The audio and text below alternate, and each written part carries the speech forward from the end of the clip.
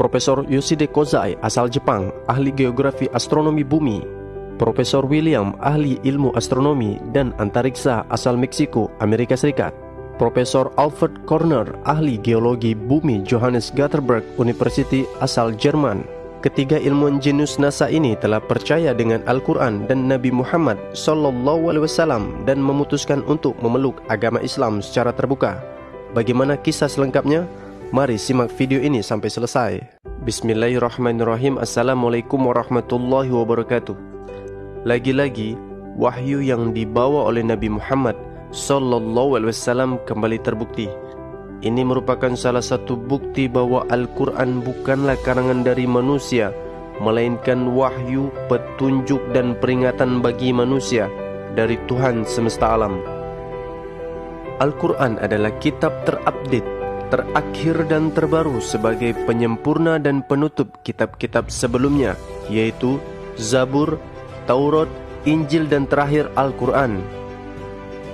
Di dalam Al-Quran berisi ilmu dan pelajaran yang mencakup astronomi, biologi, fisika, kesehatan dan ilmu teknologi. Kali ini kebenaran Al-Quran datang dari ilmu antariksa luar angkasa dan terbukti secara terperinci 100% benar secara ilmiah dan penelitian.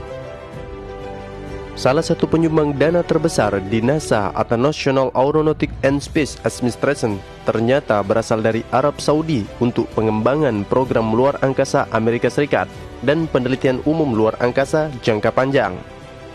Sebagai rasa terima kasih NASA kepada Arab Saudi atau umat muslim sebagai donatur pemberi dana terbesar pengembangan NASA, yaitu NASA mengikut sertakan Pangeran Sultan bin Salman, putra dari Raja Arab Saudi, Raja Salman bin Abdul Aziz As Saud, untuk ikut terbang mengorbit bumi tepatnya pada tahun 1985 menggunakan pesawat ulang-aling Discovery milik NASA yang diterbangkan dari Kennedy Space Center, Florida, Amerika Serikat. Ada hal yang menarik sepanjang perjalanan karir NASA selama penelitian di luar angkasa, yaitu mereka takjub dengan pemandangan aurora ketika di zoom ribuan kali dengan kamera luar angkasa super canggih yang bernama Darkers. Dari penelitian dan pengamatan panjang tersebut, akhirnya ilmuwan NASA mendapat informasi dan kesimpulan bahwa bumi ini dahulunya menyatu dengan langit dan terpisah akibat adanya ledakan Big Bang atau supernova atau Rosnova. Salah satu ilmuwan ahli NASA sekaligus kepala penelitian eksperimen planet yang bernama Karner mengatakan bahwa kehidupan manusia di planet diawali dengan turunnya air. Maka setiap planet yang dituruni air, maka akan ada kehidupan di dalamnya, ungkapnya. Maka dari itu NASA yang dipimpin ilmuwan bernama Karner berambisi meneliti dan menjelajah planet-planet untuk mencari tahu apakah di sana terdapat air, karena air adalah cikal bakal kehidupan, ungkapnya.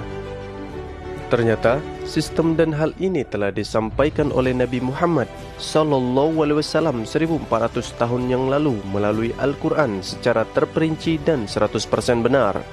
Nabi Muhammad SAW diperlihatkan dan diberitahu oleh Tuhan semesta alam melalui Al-Quran, yaitu surat Al-Anbiya ayat ke-30. أَوَلَمْ يَرَ الَّذِينَ كَفَرُوا أَنَّ السَّمَاوَاتِ وَالْأَرْضَ كَانَتَا رَتْقًا فَفَتَقْنَاهُمَا وَجَعَلْنَا مِنَ الْمَاءِ كُلَّ شَيْءٍ حَيٍّ أَفَلَا يُؤْمِنُونَ. Yang artinya, dan apakah orang-orang kafir tidak mengetahui bahwasanya langit dan unsur-unsur pembentuk materi bumi itu keduanya dahulu adalah satu yang padu. Kemudian kami pisahkan antara keduanya, dan dari air kami jadikan segala sesuatu yang hidup. Maka mengapakah mereka tidak juga beriman? Ayat ini terdengar dan terlihat jelas sesuai apa yang dikatakan oleh kepala penelitian NASA, yaitu Profesor Dr. Alfred Korner, bahwasanya ia berpendapat bumi itu dahulunya adalah satu yang padu dan terbentuk dengan adanya ledakan Big Bang, dan bumi itu hidup setelah dituruni air. Maka setiap planet yang dituruni air, maka akan ada kehidupan di dalamnya, ungkapnya. Hal inilah yang membuat para insinyur dan ilmuwan barat terkejut sekaligus takjub atas kebenaran Al-Quran. Bagaimana mungkin seorang laki-laki bernama Muhammad yang hidup 1400 tahun yang lalu mengetahui sistem antariksa luar angkasa secara tepat dan 100% benar? Padahal pada zaman itu teknologi pesawat antariksa belum ditemukan dan belum ada. Dan berikut pernyataan-pernyataan dari ilmuwan-ilmuwan jenius NASA dari berbagai negara, Amerika, Jepang, dan Jerman. Mereka percaya bahwa Nabi Muhammad benar-benar utusan Allah, Tuhan semesta alam. I find it very interesting that this sort of information is in the ancient scriptures of the Holy Quran, and I have no way of knowing where they would come from.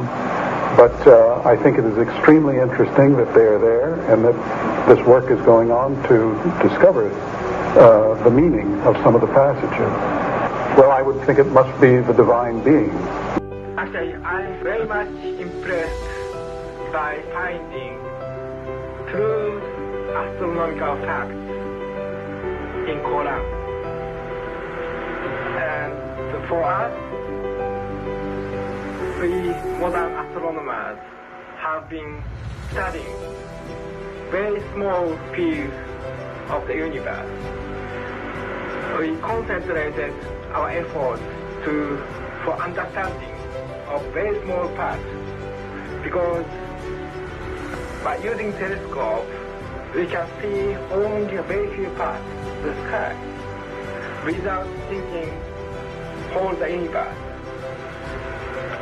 So by reading Quran and by answering to your questions, I think I can find my future way for investigation of the universe. Thinking of many of these questions and thinking where Muhammad came from, he was after all a Bedouin. I think it is almost impossible that he could have known about things like the common origin of the universe, because scientists have only found out within the last few years with very complicated and advanced technological methods that this is the case. Somebody who did not know something about nuclear physics 1400 years ago could not, I think, be in a position to find out from his own mind, for instance, that the earth and the heavens had the same origin, or many other of the questions that we have discussed here. Dan pada akhirnya ilmuwan-ilmuwan ini akhirnya memeluk Islam, dan mereka harus kehilangan jabatan mereka sebagai kepala penelitian di NASA, dan negara barat berusaha menutupi berita ini dan menutupi berita kebenaran Islam. Bahkan seorang penulis filsuf dan sejarawan Inggris yang terkenal bernama Thomas Carlyle, ia menulis buku yang berjudul One Horse Hero Warsi and the Heroic in History yang ditunjukkan kepada negara barat. Betapa menakjubkan seorang manusia sendirian dapat mengubah suku-suku yang saling berperang dan kaum nomaden atau Baduy menjadi sebuah bangsa yang paling maju peradabannya hanya dalam waktu kurang dari 2 dekade. Kebohongan yang dipropagandakan kaum barat yang diselimutkan kepada orang ini atau Muhammad hanyalah mempermalukan diri kita sendiri, sosok jiwa yang besar, yang tenang, seorang yang mau tidak mau harus dijunjung tinggi. Dia diciptakan untuk menerangi dunia. Begitulah perintah Sang Pencipta dunia. Di antara aib terbesar hari ini ialah bahwa masih ada saja orang yang mengatakan bahwa Islam adalah agama bohong dan Muhammad adalah penipu.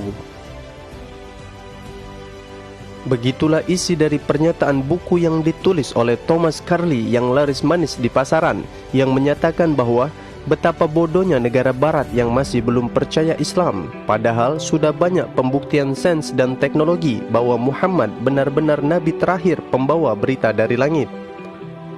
Inilah bukti bahwa Al-Quran adalah wahyu yang diturunkan oleh Tuhan semesta alam, dan sekaligus bukti bahwa Nabi Muhammad benar-benar diterbangkan oleh malaikat Jibril ke langit untuk dimirajkan menghadap Allah, untuk menerima perintah solat langsung menghadap Tuhan semesta alam.